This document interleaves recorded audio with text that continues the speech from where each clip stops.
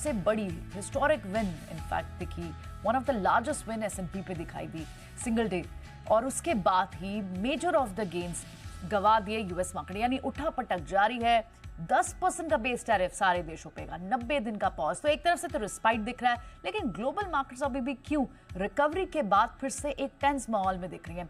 तमाम सारे क्यूज के साथ आज कौन से बड़े स्टॉक्स होंगे जिस पर आपको नजर रखनी है, लेवल्स कौन से होंगे इंडेक्स के, इन सभी संकेतों के साथ शो में बहुत बहुत स्वागत आप सभी का। लेकिन सबसे पहले जो बड़े क्यूज इस वक्त आ रहे हैं वो है यूएस मार्केट से, और नेहा हमारे साथ बनी हुई है। नेहा, हमें तो 2 दिन की ये मूवमेंट को ट्रैक करना था, बहुत ही कंफ्यूजिंग था। एक बार के लिए तो इतनी बड़ी छलांग, और उसके बाद आप मेजर ऑफ द गेन्स भी लूज आउट कर देते हैं। Roller coaster ride, roller coaster ride, यही आप कहेंगे, क्योंकि बुधवार को जिस तरह का मूवमेंट दिखा, अब 9 अप्रैल को तो यहाँ पर एक्सपेक्टेड था कि भाई सारे देशों पर जो रेसिप्रोकल टैरिफ है वो लग जाएगा, लेकिन बड़ी इंटरेस्टिंग चीज हुई। अचानक से यू टर्न आया ट्रम्प साहब का, और वो कहते हैं कि नहीं जी, 75 देश हैं जो हमारे ट्रेडिंग एलाइज हैं, एक चीन को छोड़ दीजिए, वहां पर हम 90 दिन की राहत देते हैं। मजे की बात यह है कि इस हफ्ते की शुरुआत में ही ये एक फेक न्यूज साबित हुई थी, जो फ्लोट करना शुरू हुई थी, और मार्केट में इस चलते भी हमने बहुत उठापटक देखी थी।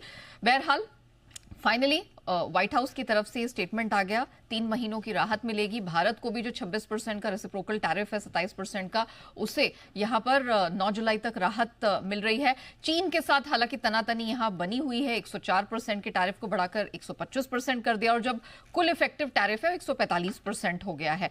इसी कारण से हमने देखा कि हमारे मार्केट तो बुधवार को बंद हो गए, गुरुवार हमारी छुट्टी थी, लेकिन बुधवार को जब अमेरिकी मार्केट्स खुले, यहां पर हिस्टोरिक तेजी देखने को मिली। आप एक इंडेक्स का नाम ले लीजिए, वहां पर हमने देखा बहुत जबरदस्त स्ट्रेंथ थी। S&P की बात करें, 10% की मजबूती दिखी, 2008 के फाइनेंशियल क्राइसिस के बाद एक दिन की सबसे बड़ी मजबूती। आप डाउ देख लीजिए, 8% की मजबूती। नैस्डैक, ये 24 साल बाद इसने एक दिन की इंट्राडे की सबसे बड़ी मजबूती दिखाई, 12% चढ़ा है। हाँ, लेकिन फिर वही हुआ कि गुरुवार को हमने देखा ये सारी स्ट्रेंथ फिजल आउट हो गई। लेकिन इंटरेस्टिंग बात ये रही कि 2 दिनों में अच्छी स्ट्रेंथ, फिर भी आप कह सकते हैं कि अगर नंबर वाइज देखें तो मार्केट्स ने रजिस्टर किए 2 दिनों में। डाउ जोन्स 2000 और नैस्डैक करीब 1100 पॉइंट्स अपने साइड पॉजिटिव टेरिटरी में रखने में कामयाब रहा। अमेरिका में मार्च CPI है वो अनुमान से घटकर निकल कर आई है, ये पॉजिटिव रहा, मार्च 2021 के लोस पर है।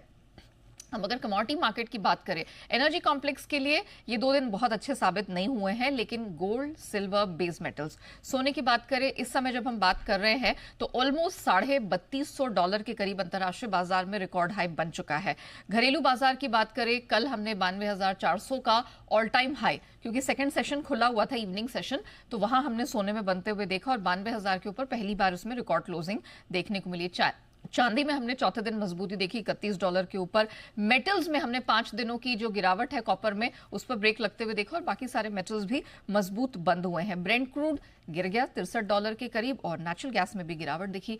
डॉलर इंडेक्स 101 के नीचे आ गया, अब 7 महीने के लोस पर है।